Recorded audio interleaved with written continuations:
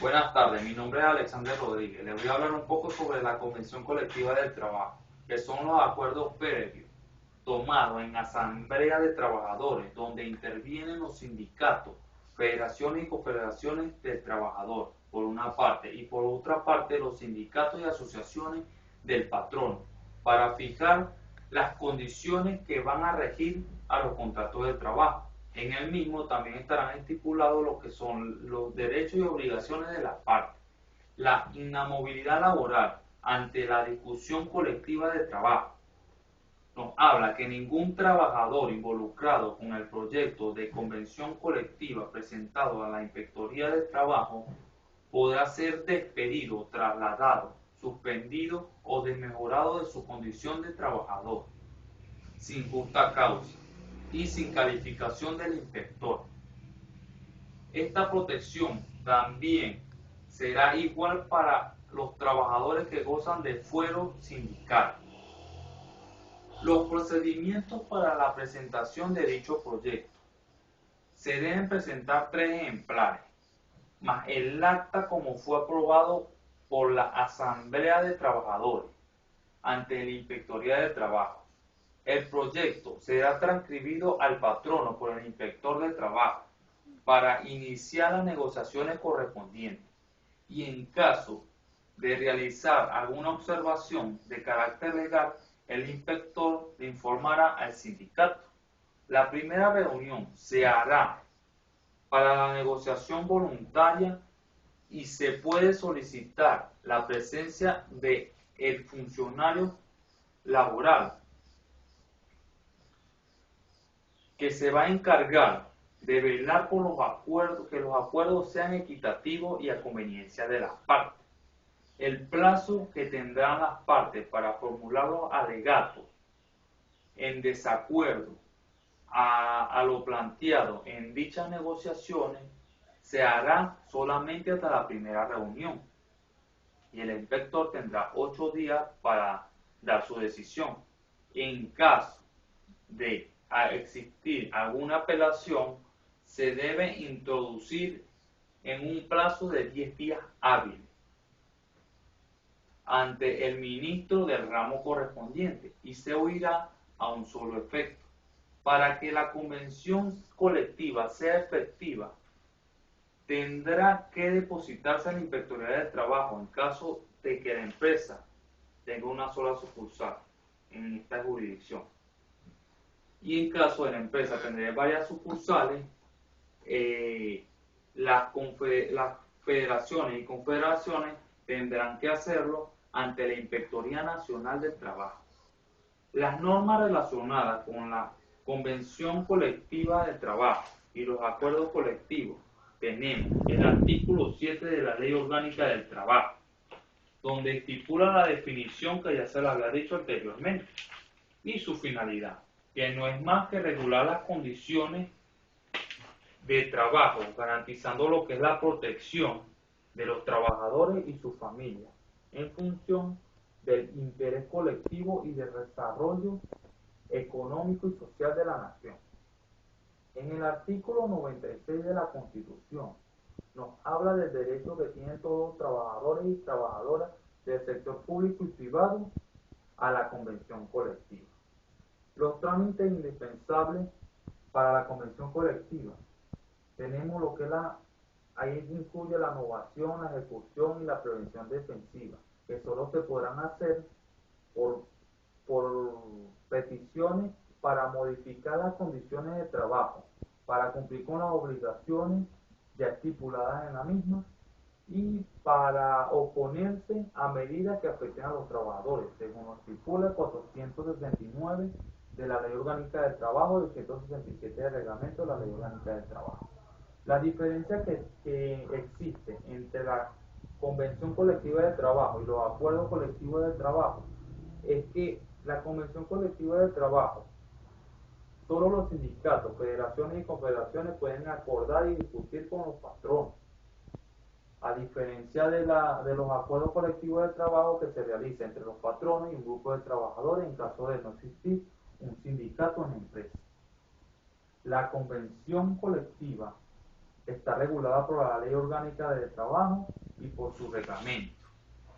Y los acuerdos colectivos no aparecen mencionadas en esta, ya que es como una normativa interna de la empresa.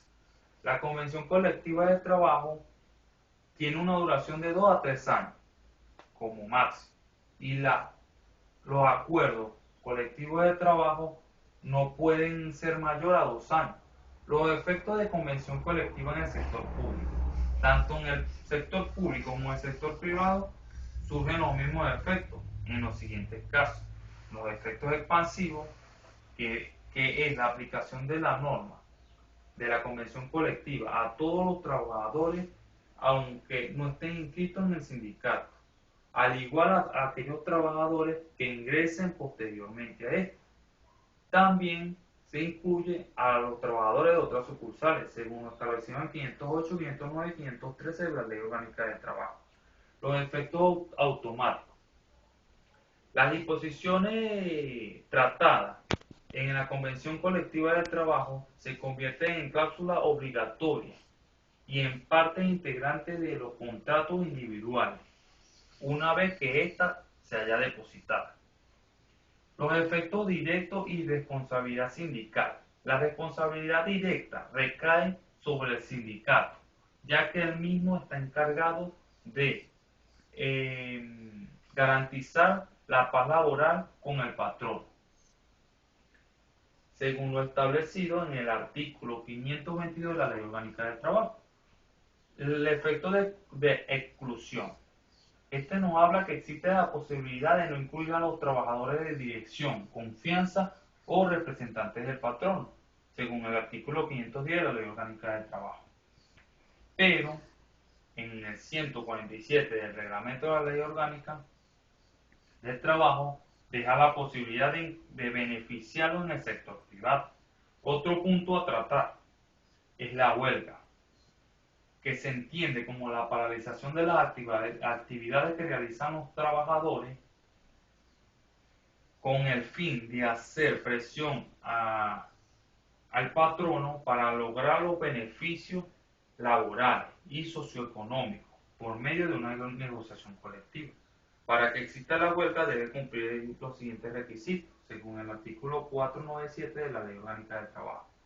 Debe fundamentarse las exigencias hechas al patrono, que el sindicato de la federación o confederación que plantee el conflicto represente la mayoría de los trabajadores de la empresa, que se hayan agotado los procedimientos conciliatorios previos, que se hayan agotado las 120 horas establecidas en el artículo 487 de la Ley Orgánica del Trabajo.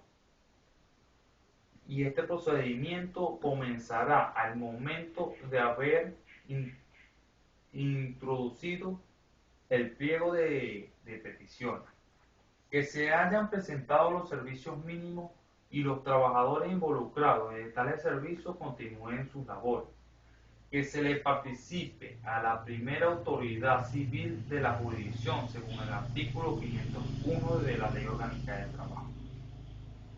La huelga puede surgir diferentes efectos, en los cuales tenemos el vínculo laboral durante la huelga, tiene la condición de la suspensión de la relación de trabajo. Se prohíbe despedir o de mejorar a los trabajadores. Ahora, los trabajadores no tienen derecho a las prestaciones establecidas por la seguridad social o por las convenciones colectivas existentes, según el artículo 95 y el 505 de la Ley Orgánica del Trabajo. Podemos encontrar en este tema también los tipos de huelga, lo que son las huelgas legales, que son las que están ajustadas o apegadas formalmente a la legislación. Las ilegales, que no cumplen con las formalidades de la ley y alteran el desenvolvimiento laboral. La huelga dañina, que son todas aquellas que ponen en peligro inmediato a la vida o seguridad de la población o parte de ella, según el artículo 504 de la Ley Orgánica del Trabajo. La huelga solidaria, que son aquellas que hacen un grupo de trabajadores de un gremio como tal en apoyo a otro grupo de trabajadores del mismo gremio. También podemos encontrar la huelga en la figura de conflictos atípicos, que estas se realizan como medida de presión al patrono y pueden estar ajustadas o no a la ley, como lo son la operación Morrocoy, la huelga de brazos caídos o huelga blanca, que consiste en asistir al trabajo pero no laborar, negarse a trabajar en horas extraordinarias, y la huelga relámpago, que son aquellas que son paros rápidos e inesperados, entre otras. Bueno, muchas gracias, esa fue toda mi exposición. Espero que les haya gustado.